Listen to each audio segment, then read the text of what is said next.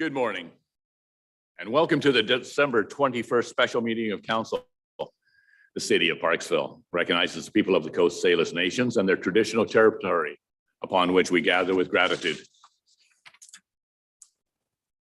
Since this is a special council meeting, we'll go right into the report for the council and the public. Council has heard the calls from the community for an emergency warming center for those experiencing homelessness during these periods of extreme cold weather, and the city has been exploring solutions. On December 19th, Jovan Johnson of the Rise Bridge organization shared with council a proposal for operation of a seasonal daytime warming shelter at the community center located at 223 Mill Street. Since that time, we've received a verbal indication that the province, through Emergency Management Climate Readiness BC, will provide funding for an emergency warming center for 12 hours out of every 24-hour period. This funding is in place while certain climate conditions prevail. The City of Parksville staff have reviewed the zoning fire inspection report for the proposed location and confirmed compliance. At this time, I propose the following motion. The council provides support in principle for the operation of the emergency warming shelter. The emergency warming shelter in Parksville. So do I have a mover and seconder for the recommendation that council affirms support for Rise Bridges operation of an emergency warming center in Parksville? Got a mover and seconder? I second, remove, whatever. So I move, yeah. Councillor Martin has moved, Councillor Beal has seconded. Any discussion? Hearing none, thank you so much. I'll call the question. All those in favor? Yes. Sorry, Councillor Fraz, once again, we got that time delay. I didn't see your hand. Yes. Councillor Fraz, carry on. Yeah, a couple of questions. I guess first one will just be to staff through the mayor, if the director of planning is there. Yes, he is, Councillor Fraz. He's in the room. I just wanted to confirm, you'd mentioned that the city had overlooked the zoning there. I was wondering if you could explain what the zoning for this property is. If I could, to Director Russell, if you could explain the zoning on the particular property at Mill Street and the requirements. Certainly, if I may, Your Worship, through to Councillor Fraz. I'm sorry, your chair, the chair to Councillor Adam Fraz. The property has public assembly type use as part of its zoning. That type of use may be used in an emergency. So in the same way that during a tornado, school gymnasiums are used in an emergency to put in cots, that is how it's compliant with the zoning. That's something that typically is associated in emergency circumstances with a public assembly type use. Okay, then if I may then, so if this is to be used in emergency situations, has there been an emergency declared? I can answer that question. Yes, the province has declared an emergency weather situation that requires the local authority anyways, or approves local authority to open up warming centers.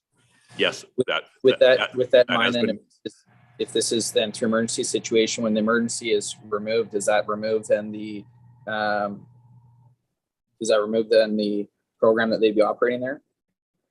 The program would be cease to operation when the emergency weather condition has lifted. If the emergency weather condition reappears, it will be reopened again at that time. And then can I just ask for clarity of what it is that you're asking council to approve then? Just approving that we're affirming support for Rise Bridges operation. We had to do our due diligence and so forth to make sure that A, property met zoning, B, that the fire regulations had been met. We have since checked and there's full compliance at the location as proposed. And just for clarity of this then too, because I'm not completely sure, they mentioned about a daytime warming space, but also an overnight shelter. Can you, and just kind of what that program entails? Like I know through the email that we had about the warming shelter, they mentioned about 25 to 40 spaces is what they're looking to fill there. Can we get some clarity as far as for overnights? You know, what is that looking like as well? I'm sorry, Councillor Fraz, you broke up at the end. What was the question? Question was when I got an email that outlined the daytime warming spaces, and it mentioned about 25 to 40 spaces is what they're looking to fill there. And I'm wondering, but there was no information about overnight space, but yet they talk about running an overnight shelter space there too. So I'm just looking for some information about this overnight program. You know, how many spaces, how they plan to operate it. I haven't had any information about that. I see. Yes, the Emergency Management Climate Readiness BC program actually covers for the Emergency Warming Center, as described in the preamble. Anyways, Councillor Fraz, 12 hours out of a 24-hour period is what they're open. There's no mention for this particular meeting about anything other than a warming center. Can you confirm how many spaces there that this center will be accommodating? I believe it was up to 40. Sorry, it is up to 30 spaces. To 30. Okay. Thank you. And they had asked for some funding as well. Are you looking to provide them with funding as well, or what's the thoughts? The funding model is provided by the Emergency Management Climate Readiness BC Fund. Okay. And thanks for allowing me so many questions. I think since nobody else had any questions, I appreciate the chance to ask on this. If this is done in an emergency situation, how come our EMO is not the one stepping in to do, you know, like putting costs together a shelter, recognizing that in the summertime, cooling centers are operated through both the RDN and our EMO.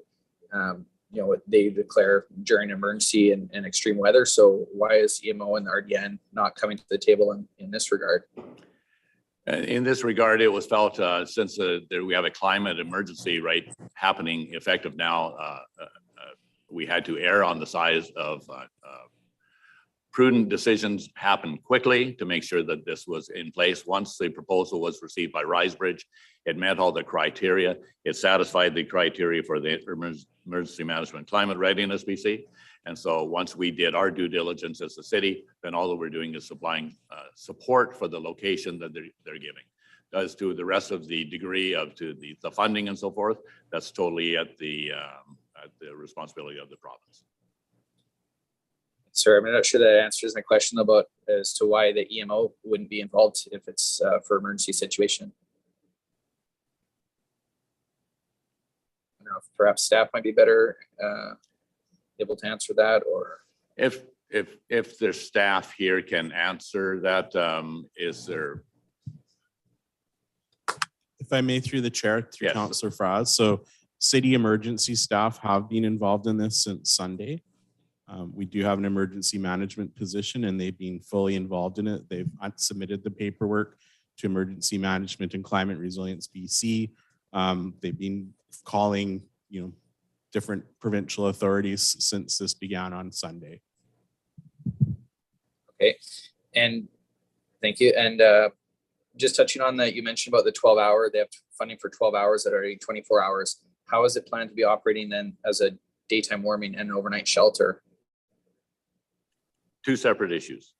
This is for the warming center only, Councillor Fraz. Okay, sorry, then when do we discuss, or when will we find out information about the overnight? That's already been put through, sir. It's already been put through. How do you mean? The approval was already done previously to the overnight shelter. That was a totally separate issue. And I would appreciate questions only referring to the issue that's on the floor right now. Okay, well, my apologies. I wasn't provided any information on that. So I wasn't aware of that. And I saw on Facebook post when they mentioned about overnight shelter and daytime warming. So perhaps that's why I was confused by it, but I'm sure other people are as well. It seems a little strange that that these issues are connected, but yet I'm not quite sure then what the situation is with that overnight space. Well, yes, I cannot control what happens on Facebook, Councillor Fraz. I can only control what happens from the city of Parksville. And that's what we're trying to do at this particular time. I know I had some people asking me about drug use in that shelter space. Do we have any information about if it will be drug use permitted, or if it's a low barrier or dry shelter, or how is that? I really don't think that that's our business to be answering that at this particular time. Councillor Fraz, the emergency program is set up for exactly that. It's an emergency climate out there. The province is satisfied that all the requirements have met for them to actually open these centers. Whether the details are for it, the provider of the services, Risebridge in this particular case, had to fill out a complete contract this time, which was actually with the province and not anything to do with the city of Parksville. They, as I understand it, the province is satisfied with the requirements that Risebridge have provided, and they will meet those. To talk about what those conditions are of it is really not our affair. Our participation at this point is limited, other than giving approval for the center. Were we not able to have them come in to be able to speak to them and ask questions to the providers directly? Like I don't know Risebridge, I've never met them before. It'd be great to be able to ask them some questions. Were they not invited to this meeting? If you were around lately, type of thing and so forth, you would have been able to participate here.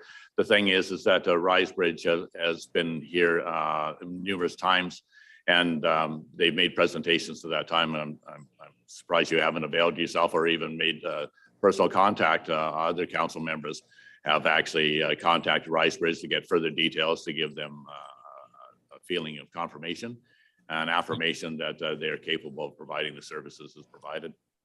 I guess I expect that this kind of information comes out through the same channels for everybody and publicly as well. So, and not to have to be to special unsanctioned meetings or presentations to be able to access it. But I have to say that you were also copied by the Risebridge proposal anyways, actually included exactly what the terms and reference were. You received the same contract that all of us, so you were actually advised at that time why you could have maybe yes. you could have provided questions at that time. Oh. Sorry. Yeah, yesterday I got an email from them with the program outline there for the daytime warming space. So that's why I was just asking. It'd be great to be able to have them available at our meetings to be able to ask some questions directly, because don't have any kind of history or relationship with them to know them. Well, if it will make you feel more comfortable, we can make sure that Risebridge contact information, and actually we'll give the contact information that you can contact Jovan anyways at any time, and I'm sure she can provide you the details that you need. I appreciate that. I mean, it's not just for my own benefit. This is for public benefit. These are questions that I think a lot of the people are wondering, and rightfully, I think they should be asking. It causes a little bit of confusion for them when they don't hear what's going on behind the scenes. I know now we have an update meeting here today, which is great for people to get access to information, but for many, this is the first and only bit of information that they're being provided. So that's why I think it's great to always have a delegation come forward and be able to speak to them directly. Thank you for your opinion. I will call the question. Any further discussion? Councillor Grims. Thank you, Mayor O'Brien. Through the mayor to the council. I think there are a number of important questions that Councillor Frass has raised today. However, I do want to put Councillor Frass and hopefully the community at large at ease that we are in an emergency situation here. And I've had the opportunity to have a number of conversations with the proponent here, the provider, and am satisfied that they're going to be able to do a good job given the emergency situation that we're in for this period of time in operating this warming center, and that we, given the extreme weather conditions that we're experiencing right now, are doing the right thing by ensuring that there's no unnecessary potential deaths or other problems that could happen in our community that would be very tragic. So I given the emergency circumstances here, I think it's important that we move forward with this motion and gives us an opportunity to look at this issue more broadly in a careful, considered manner in the future. Thank you. Thank you, Councillor Grens. And just one other mention, I was going to say that we are elected as elected officials to make those decisions. You're suggesting that the public is wondering what we're going to do on it. I can assure you that the council members at the table have all spent the last well, I would say 4 or 5 days, making sure vetting the proposal, actually seeking background checks and so forth, and making sure that everything is in place to make sure that we can have this warming center operate safely for not only the clients that attend, but also for the workers that actually have to work there as well as going to be secure for the neighborhood that they're being located in as well. All of those conditions were sought by our councilors here to make sure that they were comfortable with the proposal as provided by RiseBridge. So we've done our due diligence, and as far as involving the public and everything else, and for the debate, that's where our job is. We have to provide the governance here. And I believe that this council has done over and above making sure that this is a good fit. And as Councillor Grants mentioned, the fact is that it's an extremely cold weather out there right now. People are at the risk of losing their lives out there. And so we have to move rapidly on this. And that's why we've decided to call this special meeting. Councillor Wood, sorry, I was looking at that. Through the chair to Councillor Fraz, I hear some of your concerns, and I've personally been down to RiseBridge in Nanaimo probably 2 weeks ago now. And over that time, I've been getting to know Siobhan Johnson, and she's fantastic. I'll back her up on whatever she wants to get done. She wants to help people, and she's going to keep people as safe as she can. That's clients, that is staff, and that is the surrounding community. That's my opinion from the homework that I've done face-to-face in this community. So I'm not sure how much that weighs in on your decision-making, Councillor Fraz, but that's where I'm coming from on this. Thanks. Councillor Gore. Thank you, Mr. Mayor, and through the mayor to the council. Again, we are in the holiday season. Yes, we are in emergency as well. And for people who are Christians, following, they are observing the birth of Jesus. I think one thing that the religion does teach is compassion, love for other people. I think this is the time for us. We are receiving numerous emails from people about their concerns of these people being out on the streets. And I think we as a council have done the due diligence, accepting, and I want to congratulate and thanks RiseBridge for stepping up to provide this emergency services. BC Housing, our local MLA, and this council, we worked really hard to make this happen. The community has been rightfully asking us very direct questions, what we are going to do to protect those vulnerable people. So I think I fully support this motion in supporting the vulnerable population. Thank you. Councillor Martin. I agree with what has been said. I've had the same situation locally here, people asking me what's to be done, and we are responsible citizens ourselves. And this is our job, is to speak and support our community. And so I support this motion 100%. And I've done due diligence and worked with also MLA Walker about this for the last month or so, what to do. And we've come to this point here. So this is excellent. Thank you. Councillor Beal. Thank you, Mayor. I would just like to say that I absolutely will support this motion. And my only regret is that we weren't able to get this into place earlier, seeing the weather that was coming. And I'd also like to remind people out there and Councillor Fraz that we have not only the people who we see on our streets, clearly unhoused, but there seem to be a growing number of people who are literally sleeping in their cars. They do not have other accommodation. And that is clearly not a safe place to be in these extreme weather situations. And I just also hope that once, assuming that this will pass, I'm quite hopeful, that we will be able to get the word out, and that RiseBridge, under the wonderful management of Siobhan and her staff, that the word will be able to get out there as quickly as possible visibly as possible so that people do know that there is some place that they can go. Thank you, Councillor Beal. And I can further, just one further thing, Councillor Fraz, I can confirm anyways that I have had numerous meetings with the new Parksville Community Center on Mill Street. I've toured the facilities as well to make sure that it was a safe facility for the individuals. And I've also met with the proponents for very long meetings and so forth. And I'm very actually pleased that the Parksville Community Center on Mill Street has stepped up and provided a shelter, the buildings themselves, which was sorely lacking in this community. And so I have to reach out and say I'm extremely pleased that they provided that assistance by providing the buildings. And then when we have a provider that's coming along advising that they have all the work plan in place, including insurance, including trained staff, including security, including all the other important aspects of making sure that these people are kept warm, but as well as a more important issue, of course, is to keep them safe. And they have the ability, they know what to do if they receive a medical situation happening at that center. They know how to respond to it. They're not relying on just volunteers that have no training at all.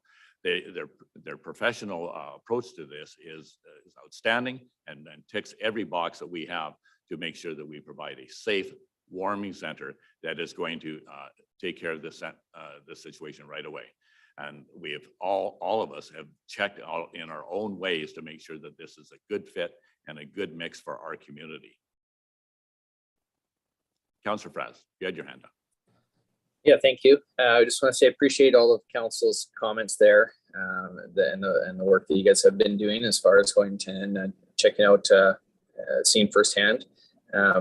Wanted to be clear though that that me asking questions is not about a displeasure of it. I think these are questions that should be asked and clarified for the public's benefit. I think a lot of people bring up a lot of concern about things that they see happening in shelters when they look around at places like Nanaimo and Vancouver and so on. I think they definitely have a justified right to be concerned of that. But absolutely, when it comes to extreme weather situations, that nobody wants to see people cold out in the streets. If there's any displeasure that I do have, it's that while these issues come up and always being talked about as partnerships that need to be involved, I think we should all keep in mind that Parksville is the only community in the Oceanside region, the only community that even has one shelter space.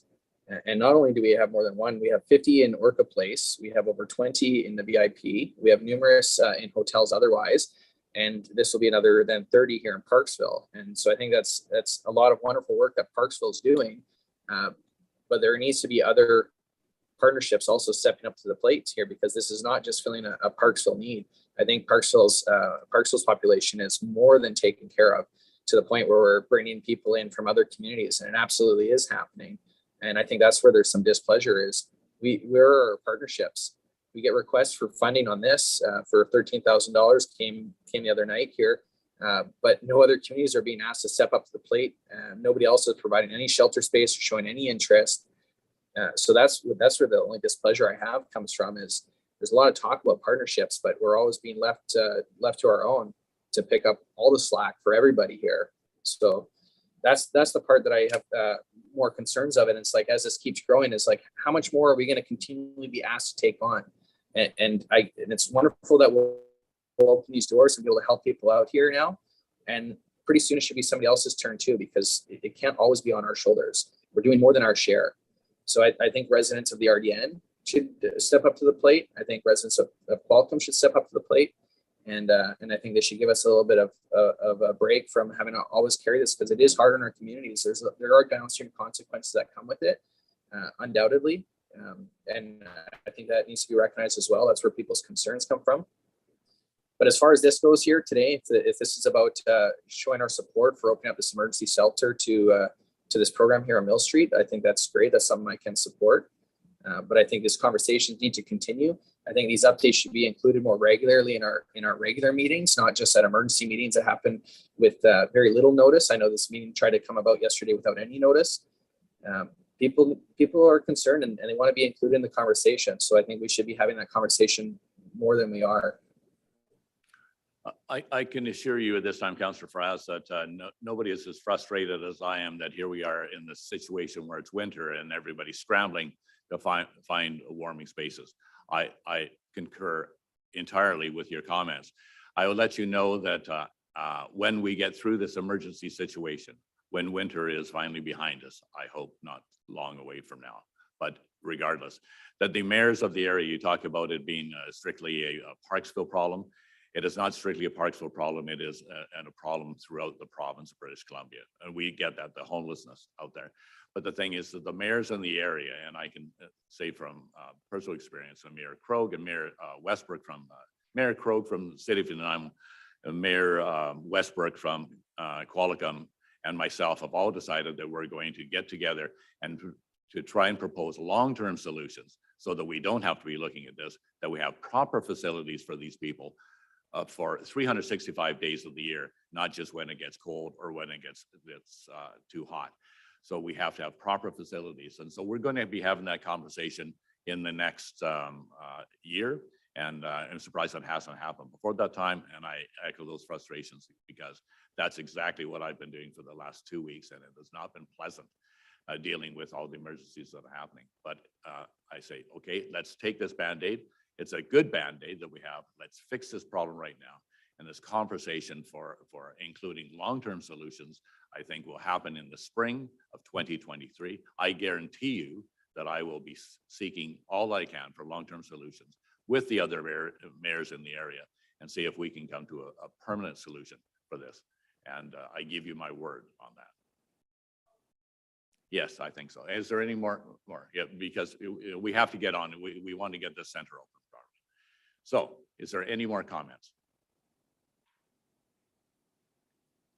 Having heard none, call the question. All those in approval? In favor?